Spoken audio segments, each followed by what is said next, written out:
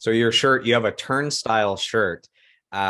So that album that came out, it's the Pink album. I forget the name of the album, Yeah. that album comes out, and it seemed to be every musician I know that's successful. It seemed to be their favorite album. Like it was just a great heavy album. It So was a good. lot of fun, and um, I know that Anthony Carone loved it. He was raving about it. I believe you had raved about it, maybe in our last interview. I can't remember correctly, but I think I've heard you rave about it. Was it you that went out to see them in concert, or was that Anthony? Yeah, I saw them the last two times they came. And yeah, it was awesome. Just that like raw energy.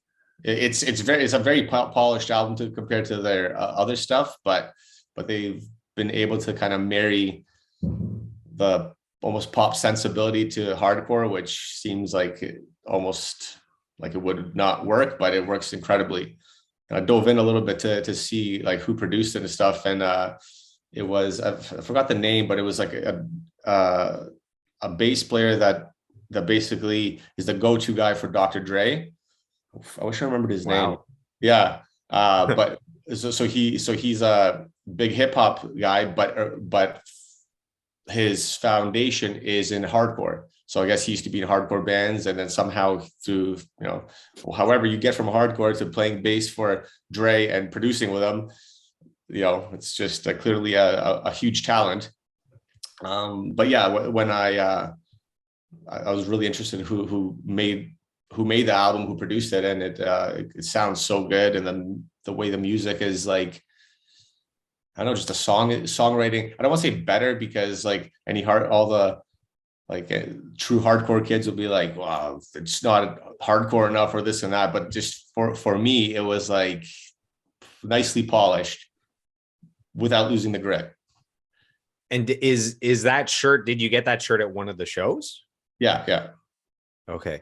Uh, so that album, great album. It was one of the most critically acclaimed albums of the year when it came out. And it went on to get nominated for 3 Grammys. Like it was a big Crazy. deal. And just like you mentioned, it's pretty heavy, but it's very polished as well. And there are some pop hooks and pop Oh sensibilities. yeah. And there was a lot of controversy because they got nominated in, I think, in like a best metal performance or best metal album, like best hard rock. There was some things where people are like, okay, it deserves the 3 Grammy nominations, but you could tell that the industry didn't know where to classify it, which is kind of cool. That means that they're kind of pushing boundaries. Yeah, but then like didn't Ozzy or something win the metal album too? It, That, yeah.